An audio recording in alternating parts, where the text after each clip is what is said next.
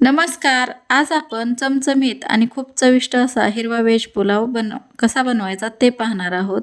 यामध्ये आपण स्पेशल वाटण तयार करून पुलाव बनवणार आहोत. मग या भाताची चव दुप्पट होते. चला तर मग आपण रेसिपीला सुरुवात करूया. आता वाटणासाठी अगोदर आपल्याला हिरवं वाटण बनवून घ्यायचं आहे. त्यासाठी हिरव्या मिरच्या घेतल्या आहेत मी. ओला नारळ घेतला आहे. पुदिना, आलं आणि लसूण पाकळ्या घेतल्या आहेत. तर आपण आता वाटण बनवून घेऊया मिक्सरच्या भांड्यात टाकून. तर एक मिक्सरचं भांडं घेतलं आहे. त्यामध्ये मिरच्या टाकल्या आहेत. 3 ते 4 तुमच्या आवडीनुसार कमी जास्त करू शकता. आलं 2 इंच घेतलं आहे. लसूण पाकळ्या 10 ते 15 घेतल्या आहेत. पुदिना घेतला आहे मूठभर असा. ओला नारळ घेतला आहे थोडासा. पाटीचा भाग काढून टाकला आहे चॉकलेटी. कोथिंबीर घेतली आहे फ्रेश अशी आणि 1 चमचा जिरं घेतलं आहे. लहान चमचा जिरं घेतलं आहे 1 आणि 1 मोठा चमचा असं धने घेतले आहेत. तर तुमच्या आवडीनुसार तुम्ही कमी जास्त करू शकता आणि हे चांगलं आपल्याला बारीक वाटून घ्यायचं आहे. नंतर थोडंसं पाणी टाकून अजून एकदा वाटून घ्यायचं आहे, म्हणजे अशी पेस्ट तयार होते. पाहू शकता तुम्ही, खूप छान अशी पेस्ट तयार झाली आहे. तर आता एका कढईमध्ये आपण तेल टाकलं आहे, थोडंसं बटर टाकलं आहे. बटरमुळे छान चव येते पुलावला आणि पुलावसुद्धा असा मोकळा मोकळा होतो. तर इथं जिरं टाकलं आहे 1 चमचा. तमालपत्र 2 टाकलं आहे आणि खडा मसाला घेतला आहे. लवंग, काळी मिरी, दालचिनी आणि चक्रीफूल आणि मोठी विलायची आणि हिरवी विलायची. तर हे चांगलं 1 मिनिटभर परतून घेतलं आहे. मग कांद्याचे स्लाईस टाकले आहेत. 2 कांदे पातळ स्लाईस करून टाकले आहेत मध्यम साईजचे. थोडंसं मीठ टाकलं आहे, म्हणजे कांदा लगेचच परततो. तर आपल्याला थोडासा सोनेरी रंग येईपर्यंत कांदा परतून घ्यायचा आहे. हलका सोनेरी रंग आला की आपल्याला यामध्ये टोमॅटो टाकायचे आहेत. आवडीनुसार तुम्ही कमी जास्त करू शकता. तर 1 टोमॅटो टाकला आहे स्लाईस करून. बटाटा 1 टाकला आहे आणि सिमला मिरची 1 कट करून टाकली आहे. उभे स्लाईस केले आहेत.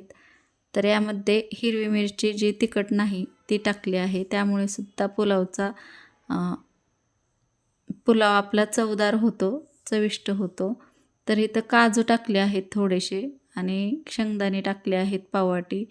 ऑप्शनल आहे, नाही टाकलं तरीही चालेल. तर आता आपल्याला ह्या स्टेजला हिरवं वाटण टाकून घ्यायचं आहे. हिरवं वाटण पण आपल्याला तेलामध्ये छान असं परतून घ्यायचं आहे. छान असं परतून झालं की आपल्याला यामध्ये 2 मिनिट असं परतून घ्यायचं आहे आपल्याला तेलामध्ये. हे वाटणसुद्धा आलं लसूणचा कच्चेपणा जातो. पाव चमचा हळद टाकली आहे. काळी मिरी पावडर टाकली आहे अर्धा चमचा.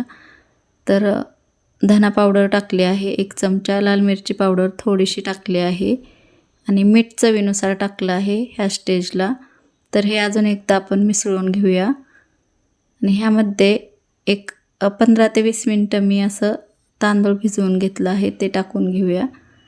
तर इथं बघू शकता 1.5 वाटी असा मी तांदूळ टाकला आहे आणि वजनी म्हणाल तर 300 ग्रॅम असा मी तांदूळ टाकला आहे भिजवून. बासमती तांदूळ आहे, तुम्ही कोणताही घेऊ शकता. तर हा पण छान मिक्स करून घेऊया ह्या मसाल्यांमध्ये. हे तांदूळ छान असं मिक्स झालं आहे. तर आपण यामध्ये आता पाणी टाकूया. 1.5 वाटी तांदूळ घेतला आहे, त्याच्या दुप्पट आपल्याला पाणी टाकायचं आहे. गरम पाणी टाकलं आहे म्हणजे लगेचच उकळी येते. पाणी टाकल्यानंतर आपल्याला असंच उकळून घ्यायचं आहे झाकण न ठेवता. 5 मिनिट असंच आपल्याला भात उकळून घ्यायचा आहे, म्हणजे लवकरच शिजतो. तर ह्या पद्धतीने सगळं मिक्स करायचं, म्हणजे मसाला छान मिक्स होतो आणि भाताची चव आणखीनच वाढते.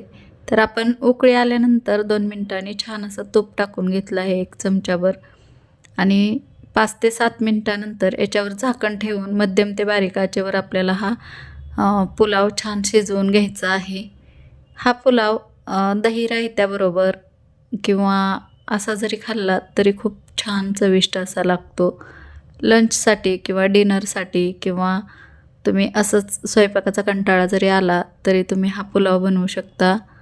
पूर्ण असा जेवणाची तयारी केल्यासारखा हा पुलाव आहे. तर नक्कीच बनवून पहा, तुम्हाला नक्की आवडेल. हिरव्या वाटणात आपण हा पुलाव बनवल्यामुळे ह्याची चव खूप दुप्पट वाढते आणि स्पेशल वाटण आपण तयार केलेलं आहे ह्या पुलावसाठी. तर ह्याची चव एकदम अप्रतिम लागते. खूप चविष्ट असा हा पुलाव बनतो आणि त्याच्याबरोबर दही, काकडी, गाजर असं मिक्स करून घेतलं आहे. गाजर कट करून टाकलं आहे बारीक आणि एक काकडी खिसून टाकली आहे 1 वाटी दह्यामध्ये. तर ह्या दह्यासोबत हा पुलाव खूपच अप्रतिम लागतो. पोटभरीचा आणि चविष्ट असा हा पुलाव आहे. तर तुम्ही नक्कीच ट्राय करा. व्हिडिओ आवडला तर नक्की लाईक करा आणि मित्रमैत्रिणींसोबत व्हिडिओ शेअर करा. भेटू अशाच नवीन रेसिपीसोबत. तोपर्यंत धन्यवाद.